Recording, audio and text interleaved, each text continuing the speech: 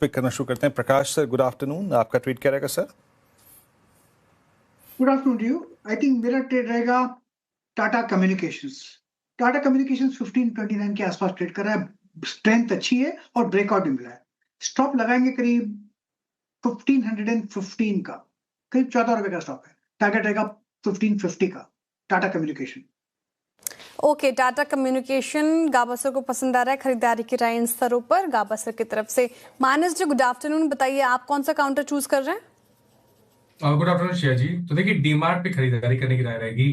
DMart correct हुआ था, 10 day moving average पे सपोर्ट लेके वापस रैली देखने को मिल रही है। तो आई थिंक यहाँ पर आप करंट लेवल्स पे भी खरीदारी कर सकते हैं। 4374 का आपको स्टॉप लॉस लगाना है और 4600 के टारगेट सेट करने हैं। ये कैश लेवल्स है। चाहे तो 4450 वाला 4450 वाला कॉल ऑप्शन जो 125 रुपए पे ट्रेड हो रहा है, उसमें आप 89 रुपीज का स्टॉप लॉस लगा लें, 200 रुपए के टारगेट सेट कर लें। और डिस्क्लोजर है कि इस ऑप्शन में हमने अपने क्लाइंट्स को भी रिकमेंडेशन दिया। जी, एवेन्यू सुपरमार्ट ये आज सेकंड लाइन का स्टॉक है। मतलब जब बाजार खुला तो पूरा बाजार वीक था, कुछ अगर आप देखें एनर्जी स्पेस के स्टॉक्स अच्छा कर रहे थे, बट जिन स्टॉक्स ने लगभग 10 बजे के बाद स्ट्रेंथ कायम करी वो थे एवेन्यू सुपरमार्ट। उसमें से एक था एवेन्यू सुपरमार्ट। अब चलते हैं राजेश सतपथी जी के पास। राजेश जी, आपका ट्रेड क्या रहेगा? Good afternoon, good afternoon everyone. Viren, देखिए जो ट्रेड रहेगा वो रहेगा वोल्टास पे। मुझे लगता है वोल्टास पे एक अच्छी शॉर्ट कवरिंग हो रही है। प्योरली आज के date perspective, end of the day perspective से मैं कॉल दे रहा हूँ। 1356 चल रहा है, मुझे लगता है 1380 तक का मूव मिलेगा। 1380, 1380, 1385 तक का बाय करना है 1350 के ऊपर। तो स्टॉप लॉस होगा 1345, 1345 का stop loss, Voltas buy. Okay, Voltas खरीदारी की राय राजेश जी की तरफ से इन स्तरों पर। Somil ji, good afternoon. आपका stock? Good afternoon to everyone. मेरा स्टॉक होगा United Spirits on the sell side. यहाँ पर एक कंसोलिडेशन हो रहा है लास्ट कपल ऑफ वीक से बिलो 20 डेली मूविंग एवरेज। आज के सेशन में 10 डेली मूविंग एवरेज पे रेजिस्टेंस लेके फिर से एक नेगेटिव साइड पे ट्रेंड शुरू हुआ है। मुझे लगता है ये जो ट्रेंड, डाउनवर्ड ट्रेंड है, वो कंटिन्यू रहेगा। माय टारगेट्स वुड बी 1150 और ऊपर में स्टॉप लॉस लगाना है 1271। ओके, 1271 का अगर आप देखें यहाँ पे टारगेट होगा 1232 पे। यूएसएल आपका एक कॉल है इस वक्त। अब चलते हैं पंकज जी के पास। Pankaj ji, good afternoon. आपका ट्रेड क्या रहेगा?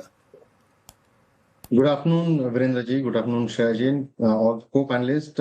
सर, आईटी में प्रेशर समझ में आ रहा है। इन्फोसिस के फ्यूचर्स के अंदर बिकवाली की सलाह रहेगी। काफी कंसोलिडेटेड है काउंटर, थोड़ा सा कंडीशनल जाते हैं। अगर आज का दिन का लो तोड़ता है तो एग्रेसिवली सेल करने की सलाह रहेगी। लेकिन अभी फिलहाल 1272 चल रहा है, एक सेल करने की सलाह रहेगी। 1282 का एक स्टॉप लॉस मेंटेन करना है।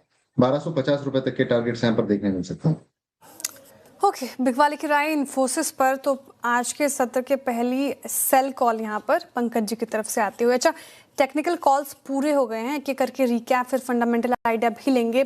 गाबा सर ने शुरुआत की और यहाँ पर खरीदारी की राय उनकी तरफ से आई है टाटा कम्युनिकेशन पर। 1550 के टारगेट देख रहे हैं वो, 1514 का स्टॉप लॉस लगाना है। मानस जी कह रहे हैं कि एवेन्यू सुपरमार्ट कोशिश कर रहा है, चार्ट्स वैसे इंडिकेशन दे रहे हैं, तो यहाँ पर खरीदारी कीजिए। 4600 के टारगेट एक्सपेक्टेड है, 4374 का स्टॉप लॉस लगाना है। राजेश सातपुते जी वोल्टास के साथ जा रहे हैं। स्टॉक में स्ट्रेंथ है, पूरे स्पेस में अगर आप बात करें स्ट्रेंथ देखने को मिल रही है। 1385 के टारगेट है, 1345 का स्टॉप लॉस। और साथ ही पंकज जानदर जी ने इन्फोसिस चुना है। यहाँ पर बिकवाली की राय पूरा आईटी पैक बैकफुट पर और कह रहे हैं कि यहाँ पर बिकवाली और अग्रेसिवली हो सकती है। तो 1250 के नीचे की टारगेट है, 1242 का आपको स्टॉप लॉस लगाना है। लेकिन इस मार्केट में लॉन्ग टर्म पर्सपेक्टिव से आपका फंडामेंटल आइडिया क्या हो, ये समझ लेते हैं शरद अवस्थी जी से। सर जी, गुड आफ्टरनून, स्वागत है आपका कार्यक्रम में। बताइए सर आपका फंडामेंटल स्टॉक। Good afternoon. हमें लगता है रिलायंस इंडस्ट्रीज एक बढ़िया बेट होनी चाहिए। Company O2C, retail, new energy, ये तीनों ही सेगमेंट्स में बड़ा काम कर रही है। और हमें लगता है रिटेल में जिस टाइप से एक ट्रांसफॉर्मेशन होना है ऑर्गेनाइज्ड रिटेल की तरफ, टैम में काफी बड़ी एक्सपेंशन होनी चाहिए। ऑर्गेनाइज्ड रिटेल के जो मार्केट शेयर है वो लगभग डबल होना चाहिए, 10 से 20% अगले 2 से 3 साल 4 साल में। तो मुझे लगता है वहां से काफी बड़ा फायदा होना चाहिए। कैपेक्स का साइकिल मोरलेस ओवर है, तो यहाँ के आगे आपको ज्यादातर बेनिफिट्स यहाँ से मिलने चाहिए। प्लस जियो में कारपूल लेड ऑपरेटिंग लिवरेज आने की भी हम उम्मीद कर रहे हैं, तो उसका भी फायदा रिलायंस को होना चाहिए। थोड़ा बहुत ये ईरान वाली टेंशन की वजह से O2C बिजनेस पे फर्क पड़ सकता है, बट ज्यादा मटेरियल इम्पैक्ट हम उम्मीद नहीं कर रहे।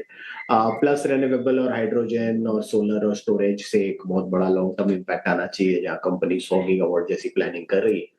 तो हमें लगता है टोटल टैम में काफी अच्छा एक्सपेंशन हो सकता है डिजिटल, रिटेल और न्यू एनर्जी की वजह से।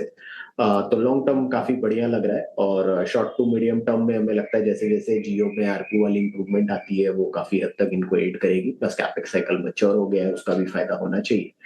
तो अगले साल के नंबर्स पे अगर आप एसओटीपी पे देखते हैं तो हमारे हिसाब से 1850 रुपए के आसपास के लक्ष्य आते हैं, जो काफी डिसेंट अपसाइड है देश की सबसे बड़ी कंपनी के लिए। ओके, रिलायंस ये है शरद जी की कॉल 613-16 पे। Since it's a buy call on Reliance, constructive approach है। कृपया अपने एक निजी सलाहकार की राय जरूर रखें, अवश्य रखें। इस चैनल का स्वामित्व प्रबंधन रिलायंस इंडस्ट्रीज होल्ड करते हैं।